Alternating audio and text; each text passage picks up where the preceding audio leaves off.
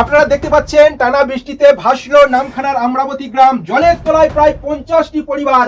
টানা 3 দিনের অতি ভারী বৃষ্টিতে দক্ষিণ 24 পরগনার নামখানা ব্লকের ফেজারগঞ্জের আমরাবতী গ্রামে ভয়াবহ জলাবদ্ধতা সৃষ্টি হয়েছে। বেহাল নিকাশি ব্যবস্থার কারণে বৃষ্টির জল বের হতে না পারায় গ্রামের প্রায় 50টি বাড়িতে হাঁটু সমান জল ঢুকে পড়েছে।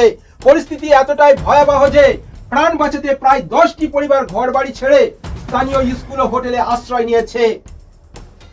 আমরাবতীর পাশাপাশি সংলগ্ন লক্ষ্মীপুর ও বিজয়পাটি গ্রামেরও বেশ কিছু বাড়ি জলমগ্ন হয়েছে। ইতিমধ্যে অনেক বাসিন্দা হাঁটু সমান জল পেরিয়ে প্রয়োজনীয় নথিপত্র ও রান্নার সামগ্রী নিয়ে নিরাপদ আশ্রয়ে চলে গেলেও বহু পরিবার এখনো জলমগ্ন বাড়িতেই আতঙ্কের মধ্যে দিন কাটাচ্ছে।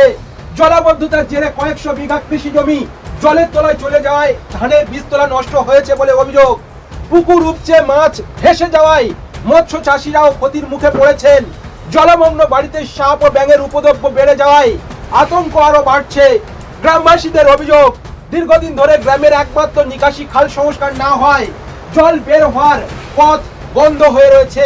তাদের দাবি, দ্রুত খাল সংস্কার করে স্থায়ী নিকাশি ব্যবস্থা গড়ে তুলতে হবে। স্থানীয়দের অভিযোগ, ভয়াবহ পরিস্থিতির মধ্যেও এখনো পর্যন্ত কোনো জনপ্রতিনিধি দুর্গতদের খোঁজ নিতে আসেননি। দুর্গত মানুষের আশঙ্কা, দ্রুত জল না নামলে আগামী দিনগুলিতে পরিস্থিতি আরো ভয়াবহ আকার নিতে পারে। পরিস্থিতি খুবই খারাপ, খুবই খারাপ গো। কেন, কি হয়েছে ঘরে? গোটা ডুবে গোটা সব একাকার হয়ে গেছে।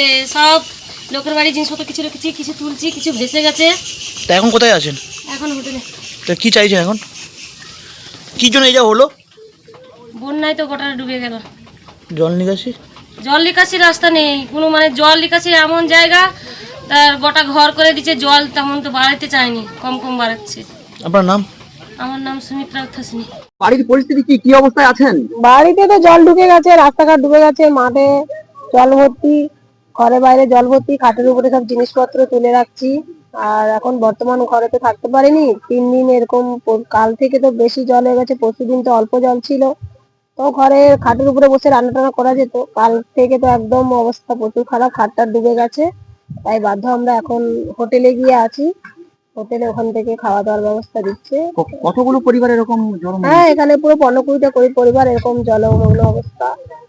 সব বাচ্চা কাচ্চা নিয়ে, বয়স্ক লোক, প্রেগনেন্ট মহিলা সব নিয়ে হোটেলে আছি আমরা বর্তমানে। এখন আমাদের ঘরে তো বেটা ছেলেরা কেউ থাকে না। আর এখানে খাওয়ার জলেরও খুব অবস্থা খারাপ। জলে নোংরা জল, 4 সাইডে জল জমে গেছে। সেই সব জল কল থেকে উঠছে, পাম্প করা যায়নি।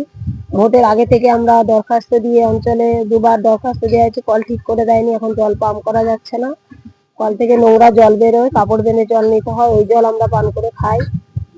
জল নিকাশির উপরে সব ঘর বাড়ি দোকানদানি করে বসে আছে। একদম জল নিকাশি বেরোয়নি, জল তো বেরোয়নি, বন্ধ হয়ে আছে। তো আমরা চাই একটু জল নিকাশিটা পরিষ্কার তাড়াতাড়ি করে দিলে আমরা হোটেল থেকে ঘরে এসে একটু থাকতে পারবো। এখন যা জলের অবস্থা, জল নিকাশি না পরিষ্কার করলে আমরা ঘর বাড়িতে থাকতে পারছি না। ঘরে কি তাহলে 1 হাঁটু? হ্যাঁ, 1 হাঁটুর বেশি জল। খাটে যে খাটগুলো ডুবা সমান হয়ে গেছে, ঘরে থাকা যাচ্ছে না। সাপ ব্যাঙ পোকামাকড় ওগুলো সব যে অবস্থা। এভাবে বাচ্চা কাচ্চা নিয়ে তো ভাবে থাকা যাবে না। আপনার নামটা? আমার নাম মধুমিতা দাস।